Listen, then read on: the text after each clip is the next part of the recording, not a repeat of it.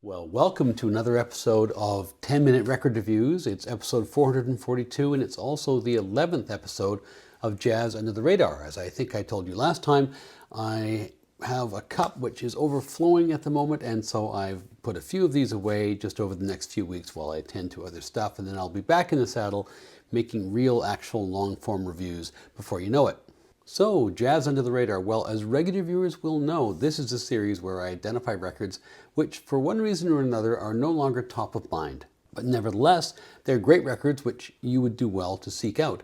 Sometimes these are records which are by obscure artists, sometimes these are records by non-obscure artists, but they represent kind of a hidden corner of their catalog. And I'll offer my two usual caveats in this series, which is to say these are not necessarily budget titles. In fact, some of the ones I'm talking about today are definitely not budget titles.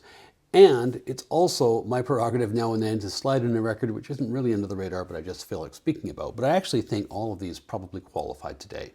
I'm sure some of you who know as much or certainly more than me about jazz may not be surprised by some of these, but I hope that everybody's surprised by at least one recommendation. So, enough caveats and preamble, on with the records, 10 jazz LPs that fly under the radar. So, I'm starting off with a record which you can tell is a rare record because I actually have it in a fancy sleeve. Usually my records are in sleeves, but I take them out for these videos. Not this one. It's the Bernie Nerow Trio. It came out on Mode in 1957. Once again, one of those lovely Ava Diana portraits on the front cover. It's a debut record of an artist playing under his birth name, or sort of, because he's actually doctored his last name, which is actually N-I-E-R-O-W. And he's somebody who became better known later on, playing under a fuller pseudonym. And I'll get to his pseudonym in a second, but I will say that this record is in a category where there are certain artists who become jazz pop crossover stars, but in the very beginnings of their careers, and I'm thinking of people like Bob James and Chuck Mangione, these were people who started off as legit small combo jazz musicians. Bernie Nerow, he was immortalized here in this painting by Ava Diana, rose to fame in the 1960s as an RCA Victor artist, taking the name Peter Nerow, Nero as in the emperor. His rise to fame in the 1960s was as somebody who played jazz piano versions of popular songs, usually with lush orchestral accompaniment, the kind of stuff which eventually becomes known as pops music. Now, having described his later work that way, I wouldn't want to dissuade viewers from exploring that latter 95% of his output, so I'll just say it's excruciating and I'll let you make your own minds up.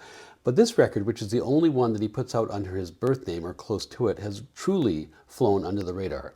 If it is on a streaming service, those streaming services typically treat it as if Bernie Nerow was a different artist from Peter Nerow, and even Discogs has not merged the two artists as the same individual. So it kind of stands out as a bit of a one-off, and I have to say it's pretty good. It does suffer, I would say, from a little bit of artistic exuberance, let's just say. Like Oscar Peterson, Nerow never imagined a note that he failed to play, but he's undeniably gifted as a piano virtuoso. I would note, if you're interested in this, that he very much comes from a classical as opposed to a blues background when he's playing jazz, as I think you can tell by the first of his two originals, Scratch My Bach, which is actually quite a clever composition. I think he's better when he takes his foot off the gas, as he does on some of the slower tempo tracks on side one and on the bluesy take of Love for Sale. So if you're a piano trio fan and a fan of virtuosity, this is one to seek out. Now, regular viewers of the channel will not be surprised to see me holding up a Jazz Crusaders record, because I am a big fan of the Jazz Crusaders, and they have a catalog which somehow or other I don't feel ever really gets the credit it deserves. That could have to do, I suppose, with them sublimating their own identities in favor of a collective, the Jazz Crusaders. Perhaps because of that, the individuals involved, Joe Sample, Wilton Felder, Stix Hooper, Wayne Henderson, have never really gotten the level of individual credit that they probably deserve. This one, I think, is one of their better efforts of the 1960s, and it's also kind of fun because it features the temporary return of one of their original founding members from when they were formed as a group in Texas in the 1950s, the flute player Hubert Laws. As you can probably tell from the cover, it's a Latin-flavored record, and I will say, too, that the cover photograph is yet another demonstration of how, until about 1992, nobody seemed to be able to take a delicious-looking picture of food.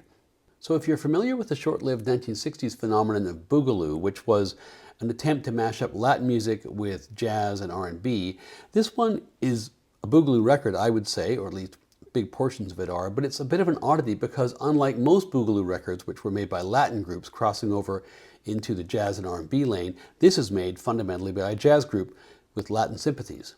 The result is a fantastically fun record all the way through with a lot of great Latin tracks, some wonderful musicianship, and they actually brought in this really kicking Latin percussion section, including Hungaria Garcia on timbales and cowbell, more cowbell, and Carlos Vidal on conga. And it's also a great party record. I defy anybody not to get up, stand up, put out your cigarette, rip off your CPAP machine, kick out the jams, or whatever else you need to do, because this is a record which is going to get you moving your hips. The highlights on here are Agua Dulce, Soul Bourgeoisie, love that title, The Breeze and I, but really the whole thing slaps. So don't let anybody tell you that the Jazz Crusaders were not a top-ranked jazz group. They absolutely were. They just would occasionally commit the unpardonable sin of moving with the times. Now, the next record I want to talk about is not by an obscure artist, but it is a record in that artist's catalog which doesn't always get that much attention, and it is this one. It is an Alice Coltrane record on Impulse from 1969, I believe, called Huntington, Ashram, Monastery. There's a catchy title for a record, if I ever heard one.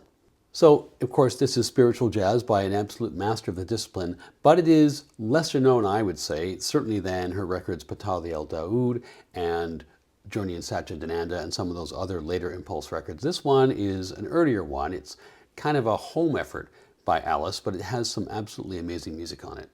Alice Coltrane, of course, played in her late husband's band for the last couple of years of his life, during which time they played some of the more out music that he ever produced. And then after his death, she really revealed herself to have an extremely distinct musical personality, which was not always in full evidence in the years in which she was in his orbit. Like John Coltrane, Alice Coltrane was a deeply spiritual person, and her spirituality, I would say, as far as I can tell looking in from the outside, came to have a much more defined character as the 60s and then the 70s wore on than I think was evident necessarily in John's work, which was a bit more of a searching. And she chose to articulate it increasingly in the music, and she creates some absolutely beautiful music as she does so. This one is a trio record. It's a trio in two different ways because it's a harp trio on the first side and a piano trio on the second side. I think it contains some of her most accessible music. The trio includes the great Ron Carter on bass and Rashid Ali on drums. On the first side, Alice obviously is playing the harp. On the second side, she's playing the piano, which was her original instrument in jazz, or at least when she came to any kind of prominence. And this record is very much about Alice and her soloing. Carter and Ali take a relatively straight-ahead approach, or at least Carter certainly does. I think Ali, I don't think he had a straight-ahead bone in his body, so he's moving around as he would tend to do. But they're basically there as bedrock for Alice's explorations and imagination. On 5 of the 6 tracks on here, including all 3 on the harp side, her work is soaring and intense. I think of those 5 tracks, my favorite is the second track on side 1, Turia. And you get the feeling, and I don't mean this as a slight, but that a lot of the music was really composed as it's performed. So it's not quite a jam, but she's got something in her head, and I suspect it comes out differently every single time. The net effect of all that is great. There are very, very few cliches in this record. The final track, Jaya Jaya Rama, I just love. It has a really different feel to the rest of them. It's a much, well, frankly, a much bluesier feeling track. It's one of the 3 piano trio tracks than anything else on the record. In fact, I would say it would be difficult to get that bluesy riff out of your head once you've heard it. It was recorded at Alice's home studio, which was the studio that she and John had built in their home in, I guess, the basement of their family home in Dix Hills, which is on Long Island. And I will say the only real deficit of this record is the sound quality, because it is recorded pretty hot and there is some distortion, particularly on some of the piano passages. Which takes me to the mystery of Roy Musganug, I hope I'm pronouncing that correctly, who is the credited engineer, who only has recording credits for recordings made at the Dix Hills studios at the end of John Coltrane's life and then the first few solo recordings that Alice makes. I really couldn't see anything else in typical sort of musical research sites about this guy, so please excuse me this nerdy detour. I ended up looking on Alice's official Instagram feed, obviously run by her estate, which says that Roy Musganug helped to design and build their home studio in the mid-1960s. Now, I think as some of you know, I have been in contact in recent years with Ed Michel, who was an Impulse producer who produced Alice after this record for the next few years. So I wrote to him saying I didn't know much about Roy Musganug. Did he know? Because the only reference I could find was to a school teacher who worked on Long Island, not far away from the Coltranes in the 1980s. I'd found a New York Times article which had referenced him. So Ed wrote back, thank you Ed, to say that yes, in fact, he was a neighbor of the Coltranes. He built their studio. He was also their engineer, or Alice's engineer, for her first solo recordings. And I think he was being kind, said, you know, the work he did on the construction of the studio was great. Less so perhaps the sound engineering. That is, as I say, the main deficit. But it's only something that I've come to notice after listening to this record a lot, and I have listened to this record a lot because it is a terrific record. Like almost any Alice recording, it is worth grabbing on sight if you see it, particularly in this case because there will be no AAA release of this one. It's one of those records for which the master tape was destroyed in the 2008 Universal Studios fire. Now, the next record I want to talk about is this one. It's a record on Contemporary. It comes out in 1957. André, Previn, and his pals, modern jazz performances of songs from Pal Joey, which was a Broadway musical, probably still is somewhere in the world. So André Previn is a guy who did a lot of stuff in his life. He played a lot of jazz. He was involved in even more classical music. He did some serious stuff, some less serious stuff, some commercial stuff. He also had 5 wives, so you could not really accuse him of being a guy who let grass grow under his feet. And in fact, he made hundreds of records. Most of those later on were classical records, but he did make more than 50 jazz records in 2 distinct periods of his career. The best of those come from the 1950s when he was principally a jazz musician, and the best of those recordings were made, in my opinion, on contemporary records. He did do some good work on Columbia in the 1960s. A lot of that is strong, but then he becomes what Ted Gioia terms a popularizer of jazz rather than a serious practitioner of the music, which I think is a fair criticism. But his contemporary records from 1956 to 1960 are particularly strong. And of course, when you talk about those, you also have to talk about those contemporary records he made with Shelly Manne. When it was a Previn record, they were Pals records. When it was a Manne record, they were Friends records. I think there are 7 of those Pals or Friends records. 8 if you include the one they made for Columbia in 1963 with Herb Ellis and Ray Brown, 4 to go. I think it's fair to say those records are fairly interchangeable, but this is one of the best ones. Previn might not have had as bluesy a touch as real masters like Horace Silver or Carl Perkins, but he's no slouch. You don't get the sense when he's playing bop that he's some classical dilettante slumming it for a few days on Jazz Street. On this record, the focus is very much on the leader, André Previn. Manne and Mitchell do what they do best, which is provide a rock-solid foundation. And incidentally, when you're crate digging, those are 2 names to keep an eye out for. Shelly Manne, the drummer, and Red Mitchell, the bassist. It's extraordinarily rare that you find a bad record with one of those 2 players or both as a sideman. The next record I want to talk about is a slightly unusual entry in the catalog of Art Farmer. It's a record he made in 1965 for Atlantic, and it's called Sing Me Softly of the Blues. And in part, its unusualness comes from the personnel he's chosen to fill out his quartet. Art Farmer was one of the leading trumpet players of the 1950s and 1960s, and in the early 60s, when hard bop was beginning to falter and jazz bookings were declining, he and Benny Golson led what was probably the most consistently successful hard bop unit around at that time, the Jazz Tet. And so if you're a fan of the Jazz Tet and you're a fan of Art Farmer and you know his catalog, you're used to him putting out records which are hard swinging, have plenty of upbeat numbers, and generally exhibit the energy associated with the art form.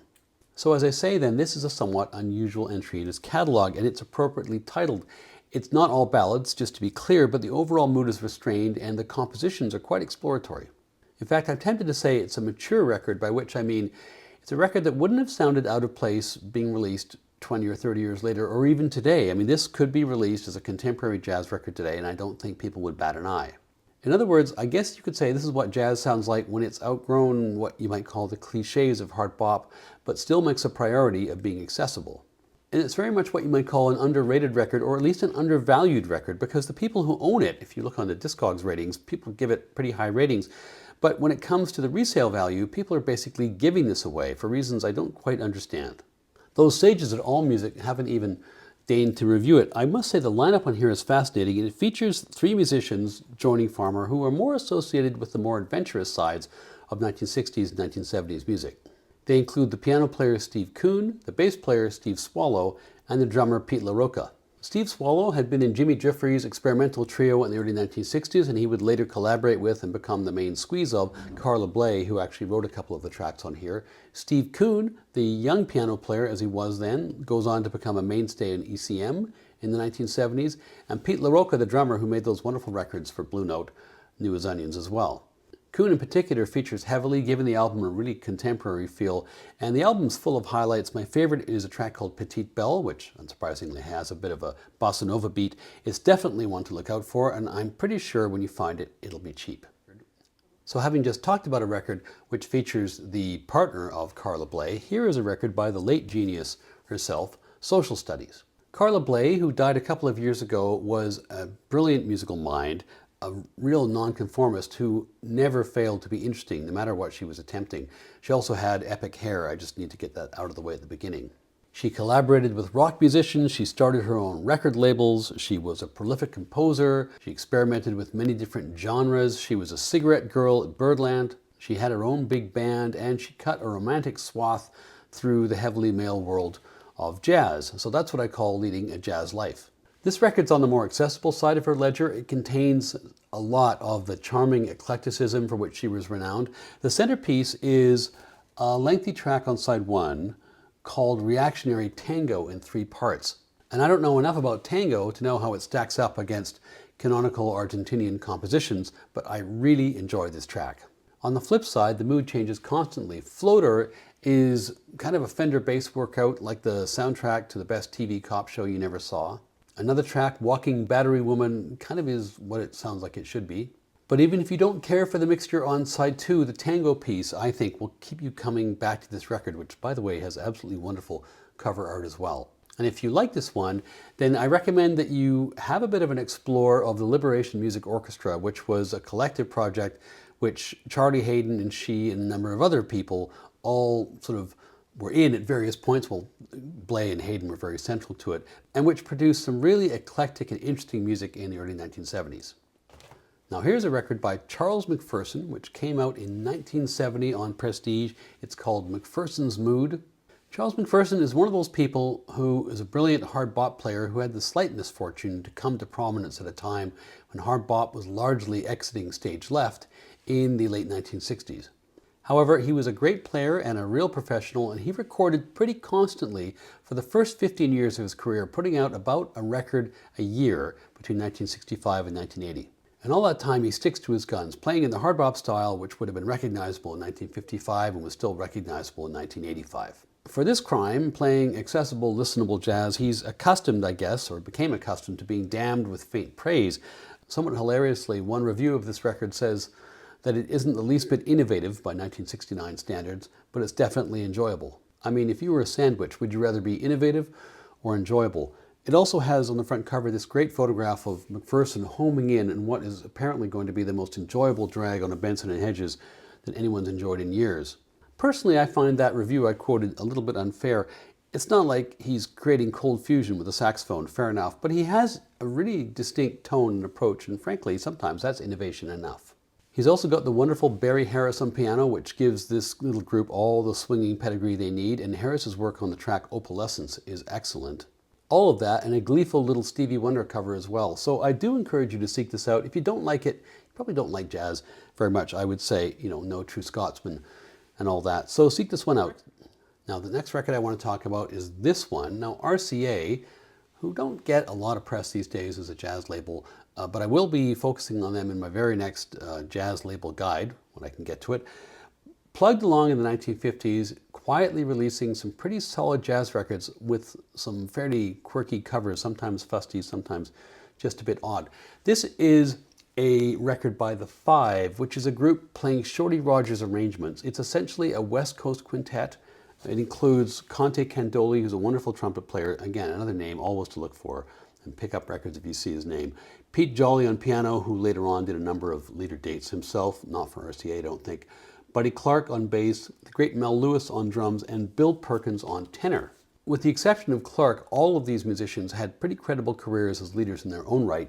My favorite performances on here are by Bill Perkins, one of those Lester Young acolytes that emerged in great number, riding across the plains of Los Angeles in the 1950s.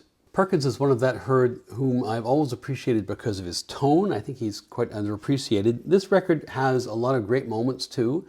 One of the best is their version of Beyond the Sea, which of course was popularized by Bobby Darin at some point, maybe actually after this than before. I don't know when his hit was. But of course, it's actually originally a Coltrane song from France, La Mer. The record, I think, shows some of the strengths and weaknesses of Shorty Rogers, who is, again, the arranger who's not playing on here.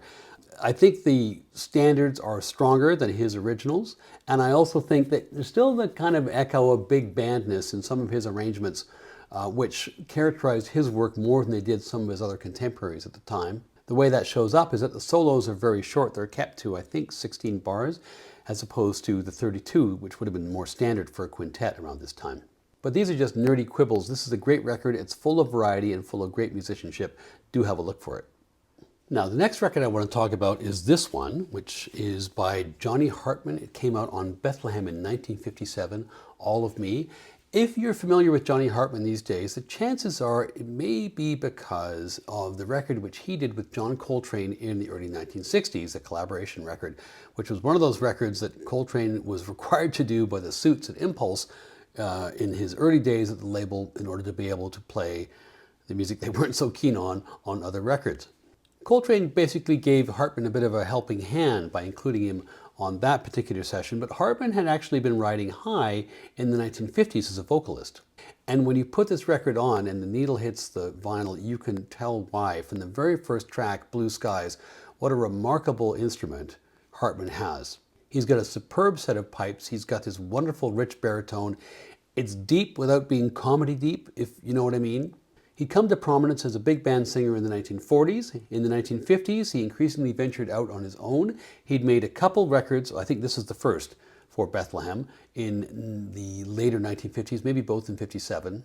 But then when he gets to the early 60s, his star is on the wane, the bookings are getting thinner, and so it's very timely when Coltrane reaches out and involves him in that and boosts his profile enormously, and he goes on to have a quite successful career in the later 60s and 1970s. This one is one of those two Bethlehem recordings. He's accompanied here by two different groups. I'm not entirely certain about this. The Tom Lord discography and also the back of the record talks about the Bethlehem Orchestra conducted by Frank Hunter, and Lord has the details on the players there, and the Ernie Wilkins group, essentially an orchestra, really a 10-person band, all recorded in November 1956 in New York City. But you can also read that some of the accompaniment was done by the Ralph Sharon Trio, which sounds kind of right to my ears at points. So anyway, I'm not entirely certain that the liner notes are accurate on this one. There are tons of highlights on here. I mentioned Blue Skies, one of my favorite compositions of all time, frankly. The Lamp is Low is super. The Birth of the Blues is great. I get a kick out of you, and of course the title track, All of Me, but really the whole thing is pretty much a banger. It's a little tough to source online these days. I had a bit of a struggle trying to get a decent copy, so if you do see it in the crates, grab it. I guess that's all I can say. Now, the last record I want to talk about in this episode is this one, which looks like a record put out by your high school PE teacher, but no, it's actually Mose Allison. It's a compilation, I'll get back to that point in a second, which came out in 1966 on Prestige called Down Home Piano. So it's unusual for me to recommend a compilation because as serious record collectors, we know that compilations are anathema. We don't approve of compilations. How, we ask, can one fully appreciate the vision of the artist, of their producer, of the label, unless we consume their art in its purest form, brought down with a single shot as it crosses the savannah and eaten whole? Not for us the intellectually lazy pleasures of the compilation, that sonic smorgasbord. A reasonable position to be sure, but this one is actually a compilation worth picking up because it was put together by Prestige to focus on Allison's instrumental piano work. Now, Mose Allison, for the things he's known for, a variety of different things, but one of the things he's quite well known for is being a singer. And a lot of people, and I will put myself in this category, are kind of two minds about his singing. Now, don't get me wrong, Mose Allison Fan Club, he wrote and sang a lot of wonderful songs.